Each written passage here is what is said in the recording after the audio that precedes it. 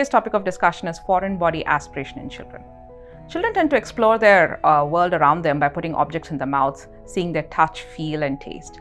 But sometimes what this can happen is the child can end up swallowing the object. So we see a lot of children who swallowed either coins, toys, hairpins, all sorts of things. But objects that are very dangerous are batteries and magnets. Children who swallow any battery, the battery acid can leak and it can permanently damage their insides of their oral cavity, their food pipe, or sometimes their stomach. And with magnets, what happens is, especially when a child has swallowed more than one magnet, it can cause attraction and it can damage the bowel that is stuck between the two layers of magnet. And sometimes they need surgery for those to be removed. Another very important aspect about foreign bodies is when it enters the lungs, that is the airway. So foreign body aspiration is when the child sometimes can aspirate the food. That means the food particles such as peanuts, nuts, or any other object can enter into the windpipe when the child is trying to swallow.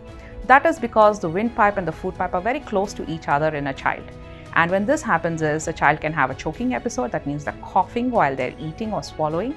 And they can have sudden onset of very severe breathing difficulty. And they can have a cough that is persistent. So any child whose cough is not improving or who suddenly had a choking episode while eating needs to be brought to the emergency immediately, and they need a procedure called a foreign body bronchoscopy. That means we put a pipe down the throat of the child and we remove that object of food that is stuck in the windpipe. This is an utmost emergency and it needs to be tackled as soon as possible. Otherwise, it can even lead to the death of a child.